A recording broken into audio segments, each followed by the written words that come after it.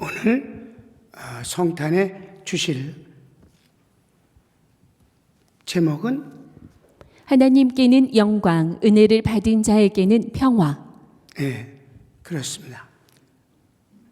성탄의 메시지를 우리가 귀 기울여 드리면 주님께서 우리에게 주신 놀라운 은총을 힘있게 되고 체험하게 될 줄 알아요. 자, 1번 보겠습니다. 아기 예수님이 태어나십니다. 예수님이 어떻게 태어났는가 한번 그 현장을 아주 실감나게 보겠습니다. 가로치기 1번.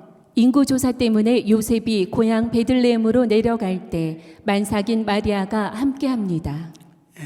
요셉과 마리아는 고향이 같아요. 그때 당시 로마의 식민지였던 유대나라는 로마가 식민지 국가의 인구를 전부 조사를 할 필요를 느껴서 고향에 가서 호적을 다시 해서 인구를 조사할 수 있는 근거를 마련하려고 했기 때문에 요셉은 고향에 가는데 그때 당시 마리아가 만삭이었어요. 근데 함께 데리고 가게 됩니다. 1절부터 5절까지를 보겠습니다. 그때 가이사 아구스도가 영을 내려 천하로 다 호적하라 하였으니 이 호적은 구레뇨가 수리아 총독이 되었을 때 처음 한 것이라. 모든 사람이 호적하러 각각 고향으로 돌아가매 요셉도 다윗의 집 족속이므로 갈릴리 나사렛 동네에서 유대를 향하여 베들레헴이라 하는 다윗의 동네로 그 약혼한 마리아와 함께 호적하러 올라가니 마리아가 이미 잉태하였더라. 아멘.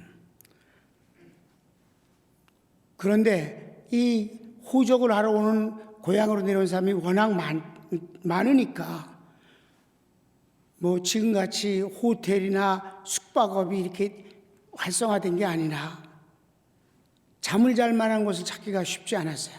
거기다가 마리아가 만삭이기 때문에 빨리 움직일 수가 없었던 겁니다. 그러니까 저희들이 겨우겨우 구한 것이 짐승이 잠을 자는 마구간을 하나 얻었어요. 물론 이때 이 마구간에는 짐승이 없었습니다. 그런데 마구간에 들어가서 거기서 거처를 삼았어요. 자, 2번을 볼까요? 거취를 찾을 수 없어 마구간에서 유숙하게 됩니다. 그렇습니다. 이게 바로 주님이 이 땅에 오셔서 태어나시는 바로 그 자리예요. 병원도 아니고 가정도 아니고. 그래서 3번 봅시다. 아기가 태어나고 강보에 싸서 짐승 먹이통 구유에 넣었습니다. 예수님은 마리아 뱃속부터 탄생 순간에도 심판과 저주를 담당하십니다. 그렇습니다. 그러니까 예수님이 이 땅에서 하나님이신 그분이 하늘 영광을 다 버리시고 이 땅에 사람의 모습으로 오는 것이 가장 비하예요. 하나님이 사람이 됐다는 거예요. 그거 창조해 주신 그분이 피조물과 같이 되신 거예요. 그런데 태어나는 것도 짐승의 마구간이다. 이 세상에 가난한 사람이 많이 있지요. 그래도 짐승 마구간에서 태어난 사람은 찾기 어려울 것입니다. 그래서 예수님이 태어나고 그리고 예수님은 그 마구간에 누일 만한 곳이 암만 찾아봐도 없는 거예요. 그래서 한 군데를 발견했어요. 짐승이 먹는 구유, 먹이통, 거기가 제일 깨끗해요. 거기에 예수님이 강보에 쌓여서 누이게 됩니다. 3번을 읽을까요? 자, 성경 읽겠어요. 시작. 거기 있을 그때 해산할 날이 차서 첫 아들을 낳아 강보로 싸서 구유에 넣었으니 이는 여관에 있을 곳이 없음이로라. 그렇습니다.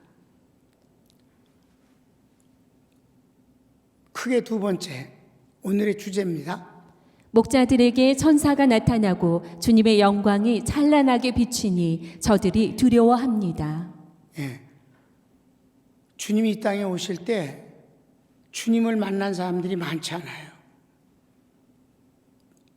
오늘 오후 예배, 찬양 예배 때는 탄생하신 예수님을 만난 사람들이라는 제목으로 하긴 이 세상 얼마나 많은 사람이 있는데도 불구하고 또 그 주님을 오실 것을 고대하는 사람들이 아주 많았음에도 불구하고 성경이 예수님이 이 땅에 오심을 그렇게 많이 구약에서 예언했음에도 불구하고 그것을 다 이해하는 인간들도 예수님을 만나지는 못했어요. 그러니까 여기 이 목자가 예수님이 오심을 소식을 듣고 가서 만나게 되는데 바로 그 예수님이 오심을 만난 사람이 이 목자, 동방박사들 그리고 안나, 시므온과 안나 이렇게 요 사람들 외에는 주님이 오신 것을 만나지 못했어요. 자, 이제 그 중에 목자가 이제 보게 되는 것입니다. 8절, 9절 읽을까요? 그 지역의 목자들이 밤에 밖에서 자기 양떼를 지키더니 주의 사자가 곁에 서고 주의 영광이 그들을 두루 비추매 크게 무서워하는지라. 아멘. 그 영광 가운데서 갑자기 나타난 그 빛과 그리고 천사 그리고 하늘의 천군들 얼마나 놀랍겠어요? 그래서 두려워했습니다. 3번을 보겠어요? 천사가 소식을 전합니다. 천사가 소식을 전하는 거예요. 이게 바로 성탄의 소식입니다. 자, 가로치기 1번. 큰 소식입니다. 성탄은 큰 소식이래요. Great News입니다. 인류가 살아가면서 여러 가지 사건이 있고 큰 뉴스가 있을 수 있어요. 그런데 가장 큰 뉴스가 바로 예수님이 이 땅에 오신 거고 또 이 땅에 오신 예수님이 큰 뉴스라면 또 큰 뉴스가 있어요. 그거는 세상이 마무리되는 거예요. 그게 바로 주님의 재림입니다. 주님에 대한 뉴스가 소식이 제일 큰 뉴스예요. 그래서 여러분 예수님을 믿지 않고 하나님은 죽었다, 없다 이렇게 거짓말하는 자들도 어쩔 수 없이 세계 역사를 BC, Before Christ, 예수님이 오시기 전 몇 년, AD, 라틴어에 예수님이 온 이후 몇 년, 올해는 주후 2020년입니다. 그러니까 주님을 부인하는 자들도 어쩔 수 없이 예수님이 이 역사의 중심임을 말하는 것과 같은 것입니다. 큰 소식이에요. 두 번째는 기쁜 소식입니다. 저이풀이에요. 기쁜 소식이에요. 예수님이 이 땅에 오신 것은 기쁜 소식입니다. 그러니까 세상에 뉴스가 많잖아요. 그럼 그 뉴스를 분류할 때 8개가 슬픈 뉴스면 그저 한두 개가 기쁜 소식이 있을 뿐입니다. 세상의 소식이란 거의 다가 두렵고 염려스럽고 그리고 생기지 말았으면 하는 일들에 대한 소식이 많아요. 그런데 예수님의 소식은 기쁜 소식이라는 거예요. 아주 기쁜 소식이에요. 세 번째는 좋은 소식입니다. 굿뉴스입니다. 굿뉴스. 여기서 기쁜 뉴스하고 좋은 뉴스의 차이점을 설명할까요? 여러분, 우리나라에 운동선수들이 세계적인 대회에 나가서 1등을 했다. 또 우리나라 특별히 여자 선수들이 잘하잖아요. 그 빙상 쇼트트랙 같은 건 아주 한국은 뭐 독보적이에요. 그들이 금메달을 휩습니다. 그건 무슨 소식일까요? 슬픈 소식일까요? 기쁜 소식이에요. 그렇지만 내게 좋은 소식은 아니에요. 좋은 소식이라는 건 내게 이익이 되는 소식입니다. 당신이 합격했습니다. 당신에게 초청이 됐습니다. 뭐 이런 개인에게 아주 크게 유익되는 것을 가리켜서 좋은 소식, 굿뉴스다. 기쁜 뉴스와 좋은 뉴스의 차이점입니다. 예수님은 전 세계를 향해서 기쁜 소식이고 개인에게 좋은 소식이에요. 이보다 더 좋은 소식은 없으니까. 지옥에서 나를 건져내는 소식이고, 나를 하나님이 사랑하시고 하나님 자녀로 삼으시고 천국 가게 되어지는 소식이야말로 제일 기쁘고 좋은 소식이 아니겠어요?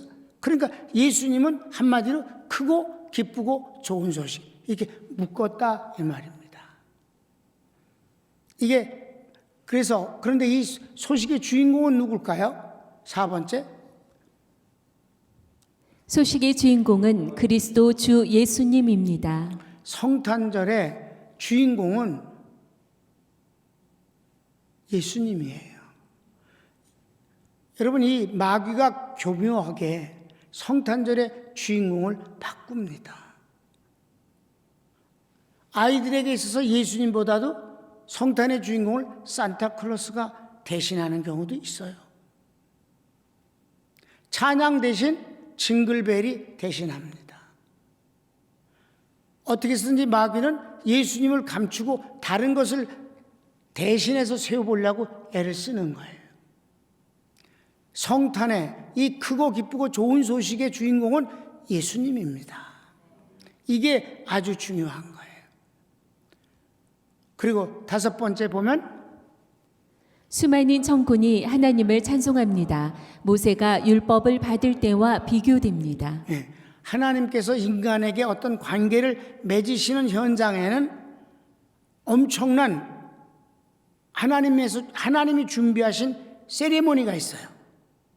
그게 제일 먼저 사람과 관계를 맺으실 때 나타난 현상이 모세가 시내산에서 율법을 받을 때예요. 백성들은 산 밑에 있고 시종 여호수아는 산 중턱에서 기다리고 있고 모세는 산 위에 올라가서 하나님을 만나는데 그때 밑에 있는 백성들이 너무 떨고 두려워했어요. 왜? 모세가 올라간 뒤 시내산은 지진이 일어났어요. 땅이 흔들렸습니다. 화산이 터졌어요. 불꽃이, 그리고 어두움과 그리고 연기가 치솟았습니다. 그건 공포 자체예요. 그러니까 율법이 하나님의 심판 자체를 말하는 건 아니에요. 법이에요. 근데 하나님의 법은 워낙 수준이 높아서 인간이 그 법을 지킬 수가 없어요. 그래서 율법을 주신 목적은 구원하려고 하는 게 아니라 율법이 포기하게 되는 가운데서 다른 구원, 율법 말고 다른 방법으로 구원 얻을 수 있을까? 그건 없을까? 이렇게 해서 율법을 가리켜서 예수님을 만나게 되는 몽학선생이다. 유치원 선생님과 같다. 율법은 구원을 위해서 주신 게 아니에요. 구원을 찾기 위해서 주신 것입니다. 그리고 인간이 자기 의를 가지고 구원을 얻으려고 무진해를 쓰고 얻은 척합니다. 하늘을 우러러 한 점 부끄러움이 없다는 말은 이 세상에서 가장 가증스럽고 발칙한 거짓말입니다. 누구든지 죄인일 수밖에 없어요. 율법 앞에서 더 죄가 확인될 뿐이에요. 그러니까 율법을 받을 땐 그렇게 분위기가 무서웠습니다. 그런데 여기 예수님이 오실 때 분위기가 어때요? 천군 천사가 찬양을 하고 밝은 빛이고 그리고 내용이 크잖아요. 크고 기쁘고 좋은 소식을 너에게 전할 것이다. 곧 복음이다. 이걸 가리켜서 그래서 복음은 곧 예수님이다. 그러면서 그 내용이 예수님이 오신 것이 하나님과 인간에게 어떤 것이 되느냐 하는 거예요. 이게 바로 하나님께는 뭐라 그래? 지극히 높으신 하나님께는 예수님의 오심이 영광이고 또 땅에는 기뻐하심을 입은 자들 가운데서 평화로다. 이렇게 찬양을 하는 가사가 그렇단 말이에요. 그런데 이 점에서도 교회가 마귀에게 유혹을 받아서 애매모호한 소리를 합니다. 하나님이란 말을 하면 싫어할까 봐, 마귀가 싫어하니까 뭐라 그래? 축성탄, 하늘엔 영광, 땅에는 평화. 하늘의 영광이라니, 그럼 스카이? 하늘의 영광은 도대체 구체적으로 뭐예요? 이렇게 애매모호한 그런 시적이고 관념적인 소리를 해야 된다 이 말이에요. 땅에는 누구인데? 땅에는 평화? 그게 무슨 소리예요? 하나님께는 영광이요 땅에는 그분의 기뻐하심을 입은 자, 곧 택함 받은 백성에게 평화로다. 그러니까 믿지 않은 사람들에게도 기쁜 소식이기 때문에 그네들은 성탄을 즐거워할 수 있어요. 그래서 그네들은 술을 먹고 뭐 여러 가지 세상적인 환락으로 기뻐합니다. 왜? 기쁜 소식이라니까. 좋은 소식은 아닌 거지 그들에게. 그러니까 좋은 소식이 되어지는 하나님의 백성들에겐 평화가 임하는 것이다. 이게 바로 성탄 메시지예요. 오늘 제목도 됩니다. 그러니까 이 전체를 아주 간단하게 하는 말이 있어요. 미국에서 시작된 말입니다. 그러니까 크고 기쁘고 좋은 소식을 전합니다. 그 내용은 뭐냐 하면 하나님께 영광이요 구원받은 백성에겐 하나님의 평안입니다.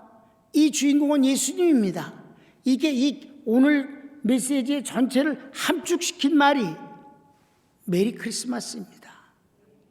주님이 이 땅에 오신 것은 구원만 오신 게 아니에요. 주님이 이 땅에 오신 것은 양날의 칼과 같습니다. 구원과 심판을 하러 오신 분입니다. 그러니까 그래서 땅에는 기뻐하심을 입은 자들 가운데 평화로다 라고 선언하신 것입니다. 사랑하는 평강교회 성도 여러분, 그리고 이 메시지를 성탄 메시지를 사모함으로 온라인으로 듣고 계시는 모든 세계 선교 신학 연구원의 제자 선교사님들, 여러분들에게 성탄과 함께 하나님의 놀라운 은혜와 축복이 그리고 여러분에게 크고 기쁘고 좋은 소식이 임하기를 주님의 이름으로 축원합니다. 기도하시겠습니다. 사랑하는 주님, 주님이 이 땅에 오신 성탄절인데도 불구하고 별것도 아닌 이 바이러스 때문에 우리가 예배를 제대로 드리지 못합니다. 하나님 긍휼히 여겨주시고 은혜 내려 주소서. 속히 종식되게 하소서. 이런 바이러스를 가지고 정치에 이용해 먹으려고 하는 자들은 벌을 받게 하소서. 예수님의 이름으로 축복합니다. 아멘.